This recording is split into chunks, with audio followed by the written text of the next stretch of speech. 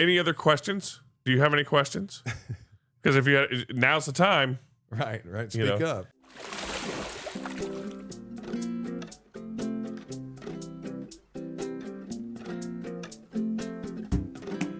Ladies and gentlemen, welcome to another edition of the Aloha Pools Spas Deep Dive Podcast. And yeah, there you go.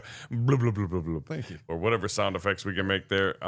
We appreciate everybody that's tuned in, all the folks watching and even listening. We've got a lot of people that just listen to the podcast as well. We would welcome your suggestions, your ideas, your subscriptions, and of course, any comments that you want to leave us down below. Let us know what you're thinking. For those of you listening, you can't tell that I'm head bobbing right now. Yes, he is John's nodding. saying, that's exactly right. So, all that being said, today we're going to talk about is a semi. We're going to try to touch on all of them, but we really want to talk about the semi in-ground pools. Right. Tell me what you're thinking, Brad. Okay. Yeah. Well, a lot of our leads that are coming in are about semi in-ground pools, and that category has only been around our part of the world for about 10 years. And that may seem like a long time, but it's just not something that anyone really grew up with. You know, most of these people that are looking, their parents didn't have a semi in-ground pool. So it's not as common knowledge as the above ground pool and the in-ground pool. And ultimately we'll yammer along and we'll kind of walk through all three of them. But I had a couple conversations last week with people that were talking about semi in-ground pools. So I thought, you know what? I'm going to tell the world what I told these potential customers about when you're thinking about a semi in-ground pool, what all is there to think about? So I think to start with, a semi in-ground pool picks up in price where an above ground pool leaves off, and then it stops at about the area where, and in that price range where an in-ground pool picks up and takes off. And so the basic structure of a semi in-ground pool is that it can be buried halfway in the ground and it can be backfilled around. And that's unlike an above ground pool, which people do backfill around above ground pools, but we say absolutely no way, because if something happens to the liner, when something happens to the liner, there's a high probability that the walls will cave in because they're not built. They're built to hold water in, but they're not built to hold the earth out, so to speak. So they're really strong, holding water in, but it's not a structural. I guess you wouldn't think about that. You would think that the earth would help hold the wall, but that's not how that works. Well, it does while water's in, but when water goes, and let's just say when you take the water out of the pool, then now the dirt, if it's really tight and nobody stands on it while they're putting in the liner, which is next to impossible, then then it could be okay. But more times than not, we hear the stories about my pool is caved in. How much would you charge for me to fix it? Well, you have to take the wall down. You have to shovel all the dirt out of there, and then you have to build the wall back. It's more expensive. It's just about as expensive as getting a pool because of all the labor involved. So backfilling an above ground pool is a no-no. And again, I've seen it done hundreds of times. We just don't do it. We won't recommend it. We won't price it to anybody because the liability there makes sense. It's not something that a professional would ever tell you to do. So along comes a semi in-ground pool, and what I found myself telling these 2 or 3 customers the Friday and Saturday that were looking at these things. A semi in-ground pool is basically an in-ground pool. Ours are, but with stronger bracing because the walls are 10 inches taller. So stronger than an in-ground. It's basically in-ground. It's the same. It built at the same factory as an in-ground pool, and it's the same. The thickness of steel, and the exception is the braces are this massive, sturdy A-frame brace. It's a one-piece brace. It's just stout, super stout, and partially because like you said on the above ground pool, that you think the earth would help.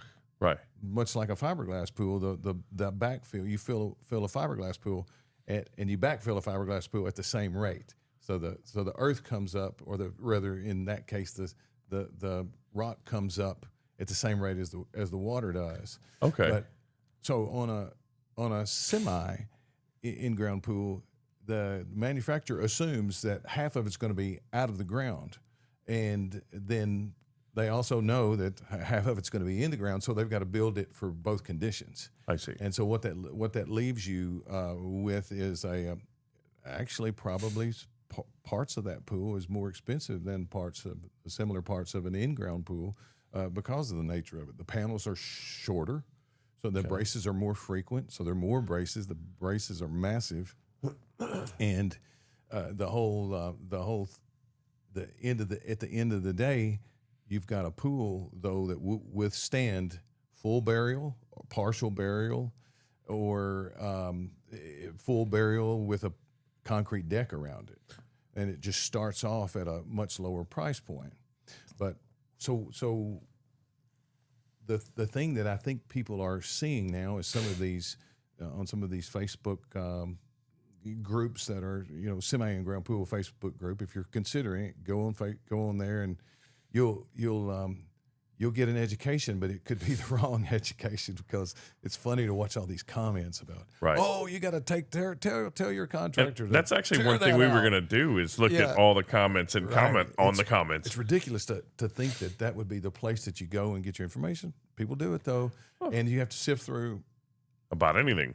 Yeah. Yeah, but I mean, there's some people who can really sound like an authority, and I can watch and think, you have absolutely no idea what you're talking about. So anyway, but you can go and you can look at people's pictures, and if you want to sift through and have some fun, listen to or reading some of the comments. But but as I'm talking to these customers, I know what they're doing. At least we feel like this pool is meeting people where they are. They would like to have an in-ground pool, or they want a pool that's not so high out of the ground. And if money were no object, or if they could see it in their price range, they'd rather have it mostly in ground. And so part of what we do is to make it affordable, make it not the price of an in-ground pool, is just not to put it that far down in the ground. And what that leaves is, that means that we're not backfilling the pool. We're leaving it for a do-it-yourselfer or the next contractor. So here's where the bottom line on what I feel like a semi-in-ground pool is good for, what that customer looks like. That customer is either a do-it-yourselfer who wants to take a pool that's in the ground, set at the level that it needs to be set, and then make their look their own. They don't mind to do the handiwork, or maybe they want that look and feel of a in-ground pool or a semi-in-ground pool, but they are okay with swimming. And they're not handy. They're going to have to pay a contractor to finish out the pool, but they want to step one step at a time. So they'll get the pool this summer, and then they'll contract the other work the next summer. So it's a phased project, and it allows them to build their bank account back up to do that. Because one of the main things I need to convey to potential customers is that we've had plenty of customers to call back and say, you know what, I wish you would have just talked me into an in-ground pool, because by the time I got finished with this thing, I had just about, or for a few more $1,000s, I could have had an in-ground pool. Right. So that would be a key takeaway from this video here, is just let's walk through this together, and let's talk about it, and not try to get pigeonholed, or not trying to get like, this is what I'm going to do. The semi-in-ground pool is the way. Let's look at the prices and see what we're going to do around the pool, and then see if that is going to be, if that's going to be an affordable solution. One of the things that I find, my son builds a lot of these pools, and Case will tell me that he finds himself matching the elevation of the pool up to a deck, an existing deck or a raised patio. Okay. And that makes it where your possibilities open up, because now we've got a target to get to. We've already got a flat surface over here.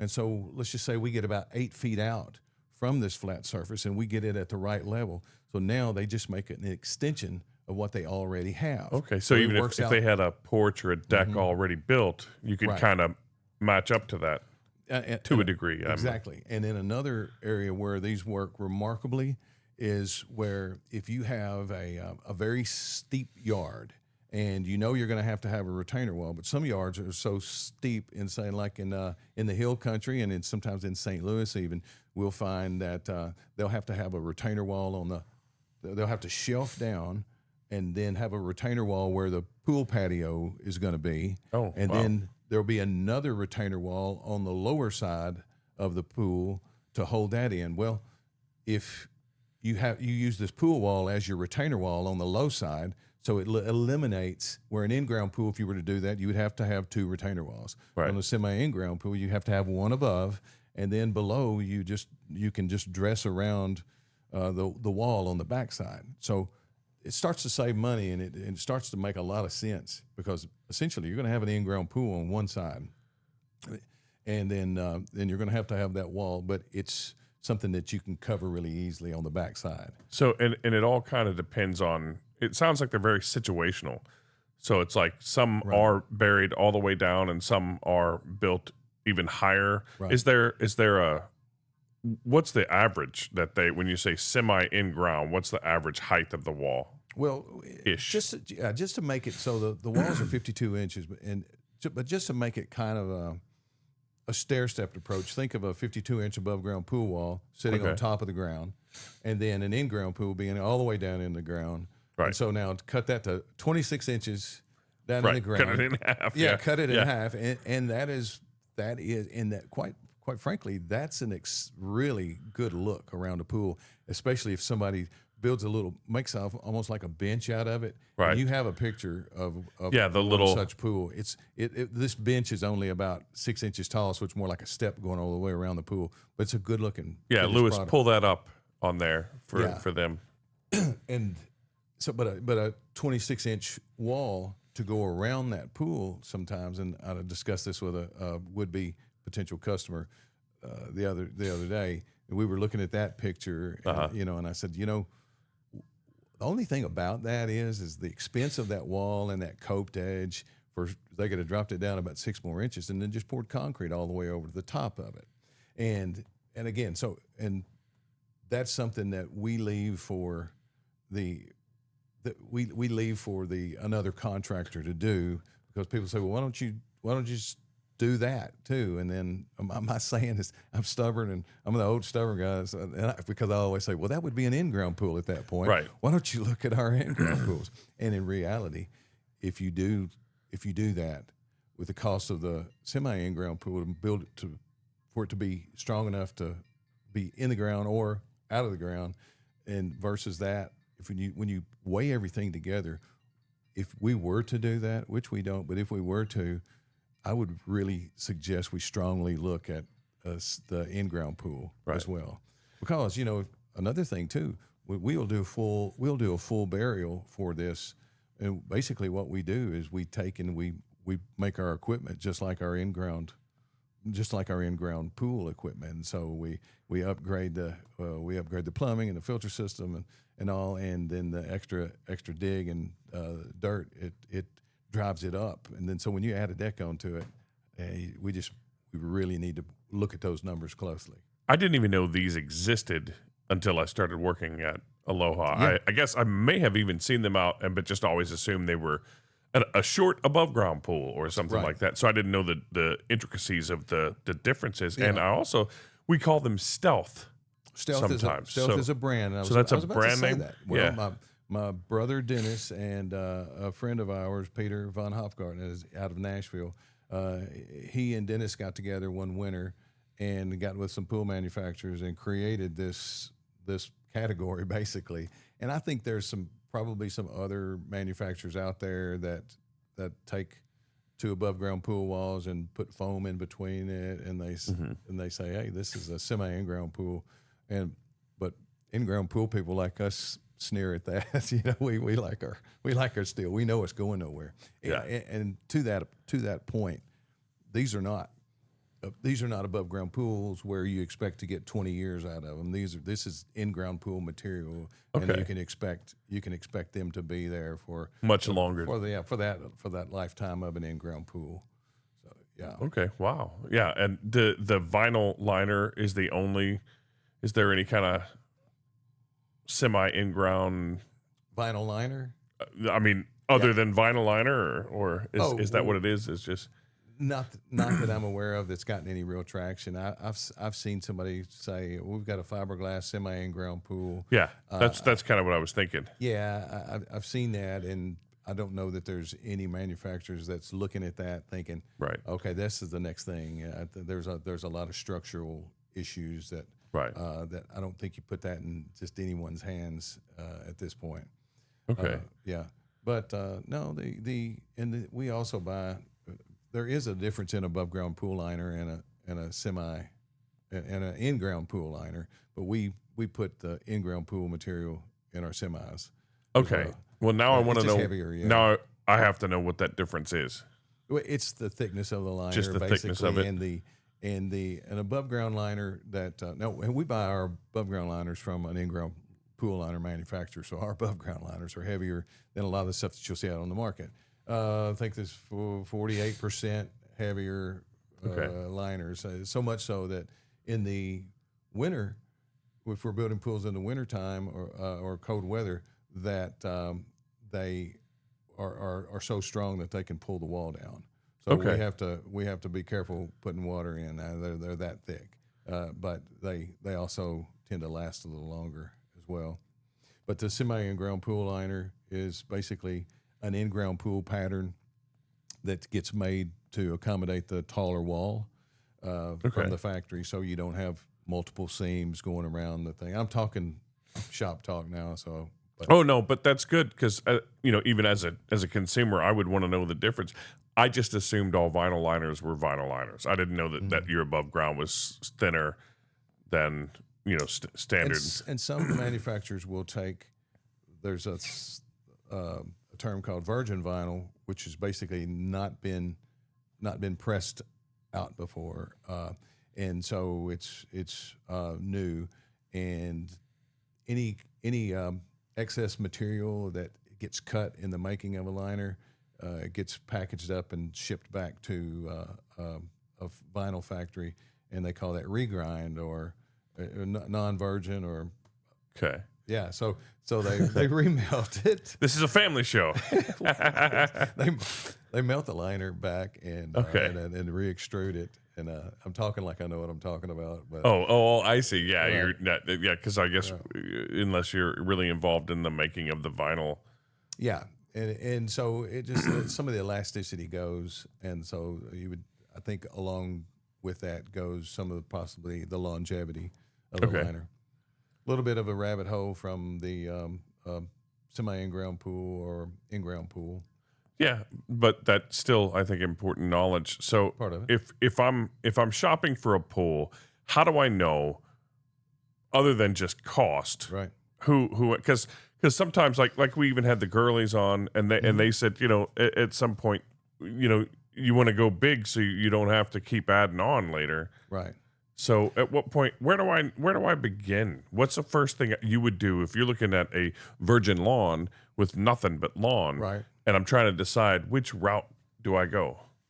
Yeah, I think a lot of it is budget and preference. And anytime I'm talking to somebody that doesn't, when I sold a lot of pools, back in the day that I sold a lot of pools, I did not have semi in-grounds as an option.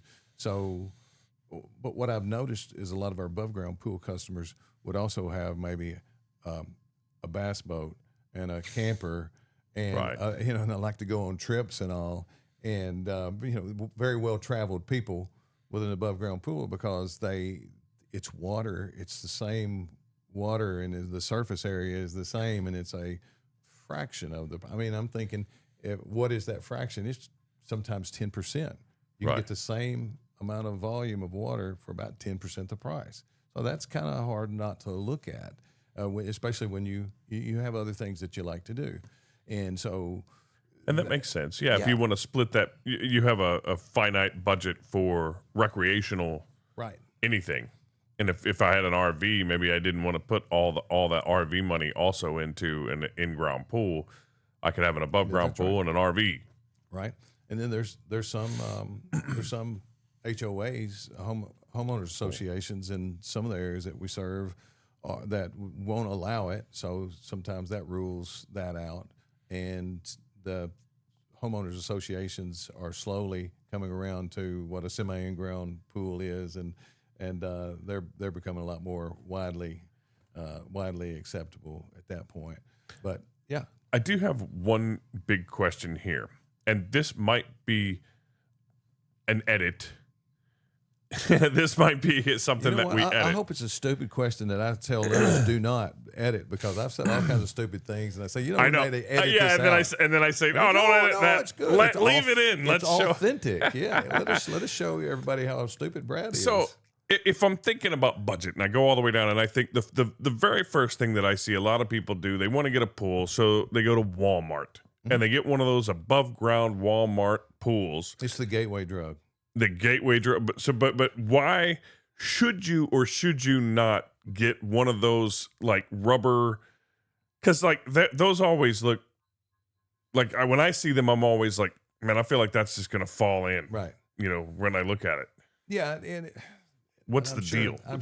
I'm sure they have. I think what it is you get into the pool for a really low price, and so you've got water, and so to me, if that's where I was, if that's what I could budget and I could have a pool to float in, I'd get one.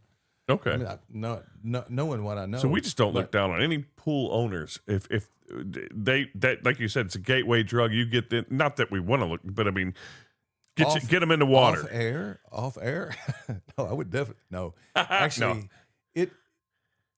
What happens a lot of times that they'll come to us when they are able to, Right. because they know the downsides of it, which is a lot of times their filtration is a little suspect, and it creates a lot of work on the customer because it's a small cartridge filter typically, and you have to take it apart and wash it off, and you have to do that quite frequently.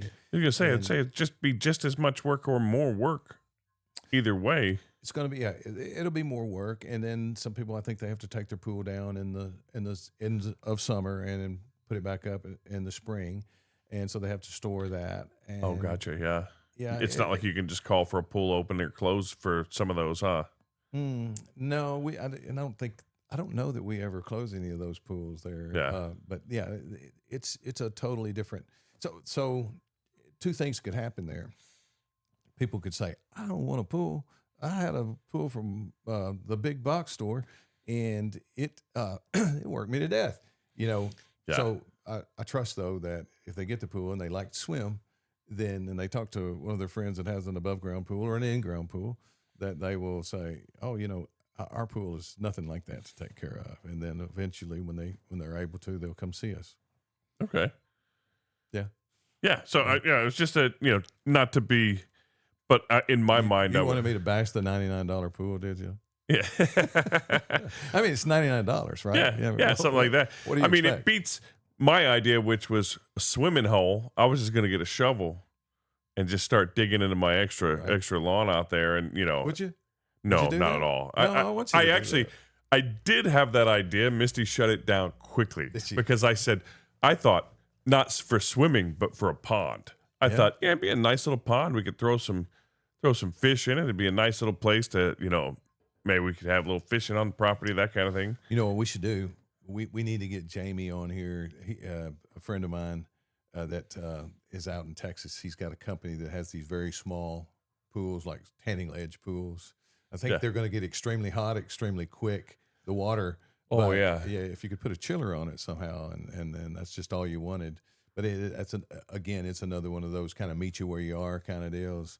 Right. I'm going to look into it. We'll see. We'll I, see what happens. a very interesting thing, and I don't know how far off topic I'm getting, but I saw this, and I think it was only in England that I saw this when I was doing research for one of the podcasts, Okay. and it fits in this since I was talking about pond digging, Mm-hmm. but they're talking about natural pools or actually making a swimming hole that is a It's a pond, swimming hole with a live, right? It That stays kind of. clear. Don't know much. Have you seen any of that? And Uh, what do you think of those? Not to put you on the spot. No, it kind of showed up around, feels like about 5 years ago. Okay. And when you look at the projects, it's really cool looking. I mean, Yeah. you've got And they're not actual cheap. plants in the water. I don't know. I haven't seen anybody with a finished project around. If it's people talking about it, and again, I think it's kind of a cool idea if you were in the right environment.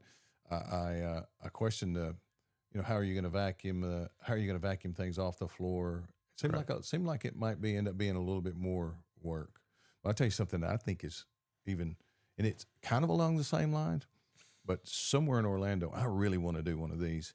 It's like an all sand pool. It's more like a lake. Yeah. And now there's somewhere down not too far from Disney, there's this, I don't know how many hundreds of acres that's like beachfront property in the middle of Florida where they've created one of these man-made things where you could Just get like a little lagoon. canoe and go from one end to the other, and it had several resorts around it, and it's all sand, and it looks like basically like ocean water. And wow. it's somehow or another it's legal for commercial use. I don't know how that's. It's not all like is they're a going to thing. throw a filter and a pump on there, right? In theory, I mean that would be pretty easy to filter that. Yeah. Okay. From the bottom. Yeah. From the bottom. Yeah, Because of the sand. For sure, yeah. Okay, interesting. Filter really well, but it's totally above my pay grade and above my knowledge to be able to speak intelligibly. Right. But that's that's why we have a podcast, so we can just exactly spitball and talk about some of these things. Right. Did you want to get into today, or is this another podcast? Should I pick? Because we've talked about should I pick an in-ground semi or right above ground, but then there's the idea of vinyl, gunite, or concrete. And I had never even really I hadn't heard of gunite. I just always thought concrete pool. Yeah, which is that's about the same. There's and we can talk about that for sure if you want to talk about that. And it might be its own podcast depending on how deep we want to dive into it. So vinyl liner pools, we've kind of talked about the structure and then the vinyl, and the water bearing membrane is the vinyl, and the structure is either steel or a poly or concrete. And fiberglass pools are the structure is fiberglass, and the water bearing membrane is the gel coat. And then a gunite pool or a concrete pool, the structure is concrete again, and the water bearing membrane is the plaster and tile.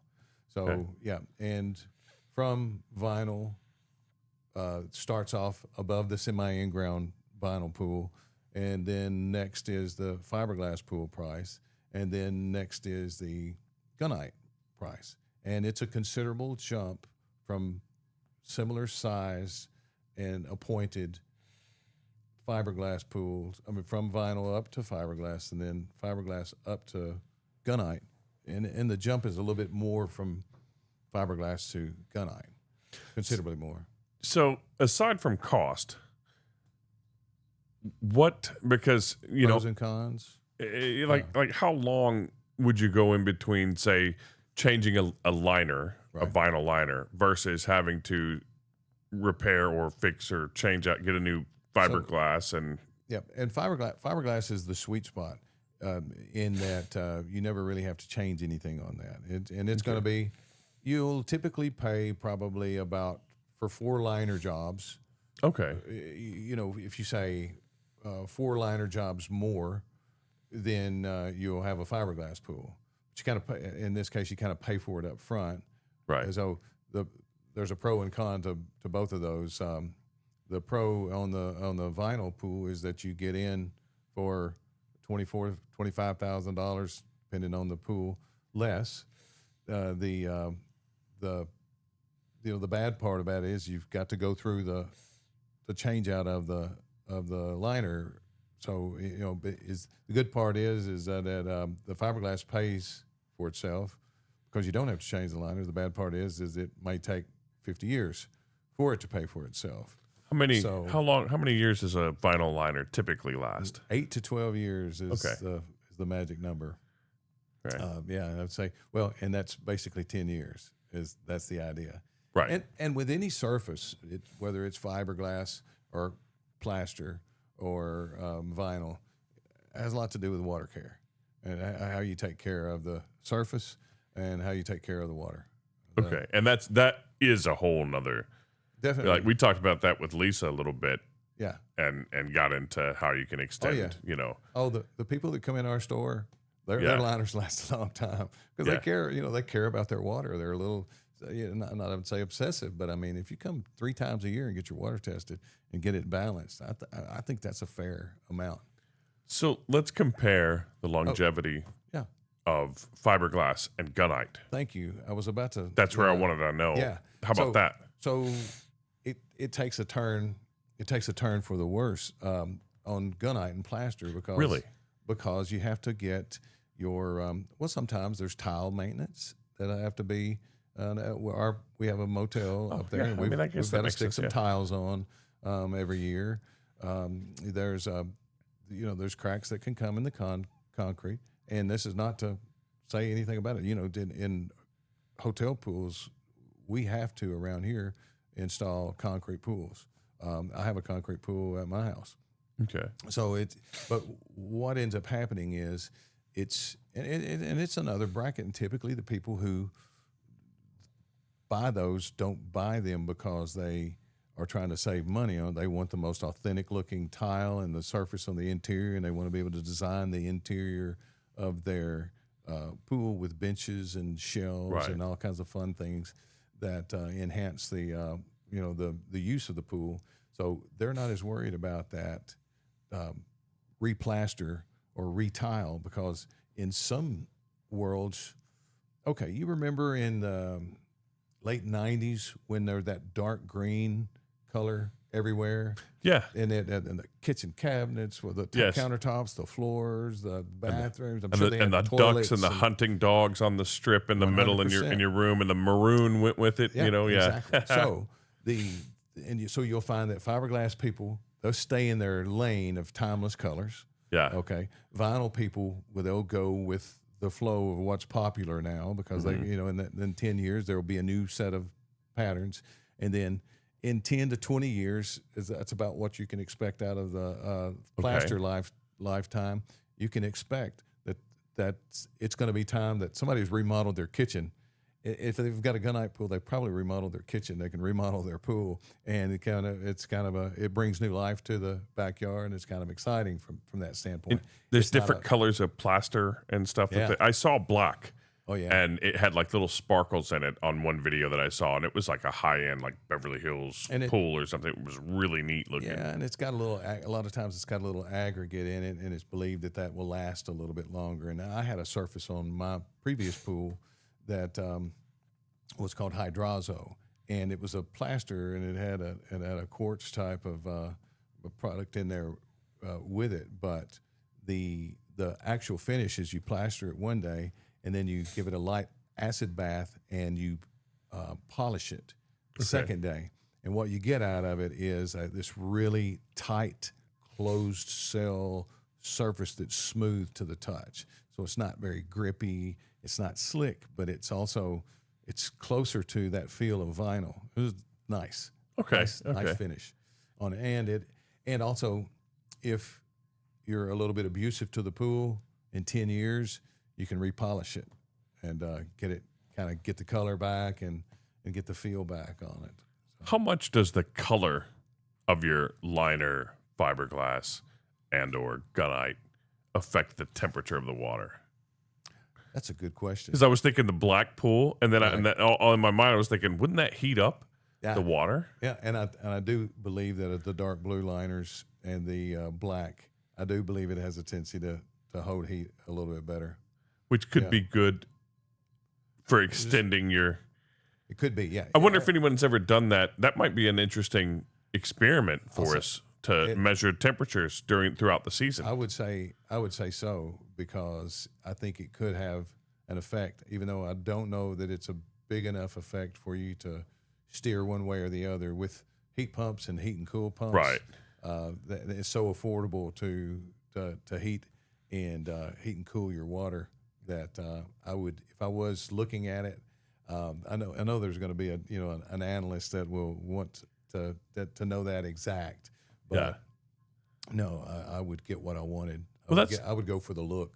Yeah, if any engineers or someone who would know that the temperature of the water and the color, and if only we had a way that we could get on our phone and a just physicist ask it questions. Yeah, and it return answers. That'd be amazing. That would be neat. We'll get there one day. We'll get there one day. Exactly. If we have a phone a friend and call them up, or is that your final answer, Brad? Do you think it would heat up the Google? Yeah. Oh yeah, that's true too. Yeah, whether it's Google or AI now, which is basically Google. Because there you go. Yeah. So good to go. Any other questions? Do you have any questions? Because now's the time. Right. Speak up. Yeah. But type your questions down below. Tell us your question there, and then maybe we could even add on like a caveat to it later. I think everybody's got the question of, well, how much is all this stuff? So we can go through that, and prices range depending on the amount of inspections that we have to have, the degree of difficulty of a particular yard. Let's just say if we're out in the middle of nowhere with a yard wide open, and the dirt stays on the yard, and we can get all the way around the pool with machinery, that's one price. And then the really tight yards with retainer walls and a lot of hand backfill and things like that, a lot of hand work, then the prices go up. So when I quote ranges, it'll be a really wide range. An above ground pool will start around probably $6,000 installed for the smallest and the entry model, and go on up to probably as much as $20,000, depending on if you buy a nicer package. And we've got that's installed. Oh yes, and this is say 6 to 20, but the 20 is, I don't know that I've seen one quite that high. But and then a semi in-ground pool is going to start somewhere around probably 15 installed for most. I mean, we've got one that's a $9,000 installed price special that we run every now and then, but it's really small, big enough for a float to spin her around and around, but small. And they'll go on up to, I'm going to say, around $35,000 before somebody comes in and starts, the deck work or the wall work, pavers, et cetera. And then in-ground pools start at around 40, I would say, for a small pool, and will work their way on up to, we like to cut off around $160,000.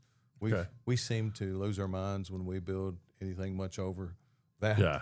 Yeah. And we just try to stay in our lane like that. Every now and then by the way, we're building a over $500,000 project this winter at a country club. Right. And we got another $300,000 pool that we're doing for an individual as soon as they get their house in the dry. But that's not the norm for sure. Right. Yep. That 80 to 150, I think, is our in-ground pool price where we like to be at. But yeah, that hopefully that helps. And so, one other thing, if I say an in-ground vinyl pool is that 40,000 to probably 100,000, and then the fiberglass was probably going to be 55 up to 130, depending. And some of these contracts that I'm seeing coming through are more than just a fiberglass pool installed. So if I'm saying 130, it's not for the pool, a basic pool package. It goes on up. And then your gunite pool is going to be around 80,000 to 200 probably would be in the ballpark. Again, I think we're doing a $350,000 pool and spa combination with an automatic cover and a nice water feature and the Right. the whole big. I mean, I show. imagine that there's no upper limit if Yeah. you were Elon Musk and you wanted to build a lazy river and a huge Yeah. triple tier with hot tubs in the middle and a grotto, and We built a commercial pool for a campground with a couple years ago, and they told me, have you ever heard of Pool Kings, the show? Pool Kings, Pool Kings, right? So I've seen one episode, and I should probably. You'd think I'd geek out over something like that, but I need to check it's it a out. show, that where they build these drop dead pools. Well, this guy, for whatever reason, he's an hour from me. He didn't know anything about us until the state of Kentucky inspector gave him our number or told him how to get hold of us. Well, so we built him the pool, but in the process, he was telling me that he tried to get Pool Kings to come to do the pool because he was kind of desperate, and it took. They said it took $1 million project for them to show up. Oh wow! But Before they would even. Yeah, I guess they do a show and all around it too. But yeah, that's quite. So you say they go up to, it's Right. ridiculous what they. That's go where up they to. start. Yeah. I think that was their minimum point. Right. Point of entry to get them to your yard. Yeah, but as I watched it, basically what they do is they're show people, and they'll go and find a pool company in the area wherever somebody hires them, and so they'll team up with somebody to get the pool built. Okay, What the one episode I saw. that's cool. What is that on? Not when we're trying to promote it. I've never seen it. I was just curious. It's one of those home improvement channel or home garden HGTV. There's so many. Yeah, there's so many of those shows. We watched the one. I'm friends with. I don't know if you ever Chelsea Huska. So her dad, and she's got one where they build. She now does one where she goes and they like build homes and they decorate the interior direction on the HGTV. They just take like a block and 4 teams of the designers. We should do one with pools. Four homes, and you have 4 pool builders. Boom, boom, boom, boom. I'm all about that. That would be neat. Yeah. Oh, Yeah, you heard it here. If years from now, a couple of years from now, we get that going. This is where it began. You know what we should do? We should do a neighborhood like a show where we build pools in one neighborhood, and we discount it, and then we interview all the customers, and just make a show about this. All these pools going on in this neighborhood, and they all get a little something different, so they all have their own story about. Oh, I'm down. Yeah, that would be awesome. Yeah. And then we have our 4 different crews out there building, and so we create a little competition about who likes who the best with and all the that, crews right. and to see who could knock it out. Yeah. I think it'd be fun. That would be fun. Good way to sell pools in a neighborhood too. Yeah. Well, yeah. Yeah, that would be cool. we like working. Yeah, if you want a pool, Let's talk about that. If you get together with your neighborhood, right? and do in the neighborhood discount. That would be interesting. Yeah. If everybody in the neighborhood pulled together, maybe they could all get a discount, and then we could film it and do something. But I would love that. But anyway, well, I think we've covered a whole lot of information here for the folks that are going to go back and watch this 3 or 4 times in its entirety, because they're going to want to absorb all of that information. That's what typically happens with our shows. You got to watch it 3 or 4 times to get everything. It's like watching Naked Gun. A new joke shows up every time. This is the part that's going to get worn out on the VHS tape. They keep rewinding and going back. But we thank you so much for joining us for another Aloha Pools and Spas Deep Dive podcast.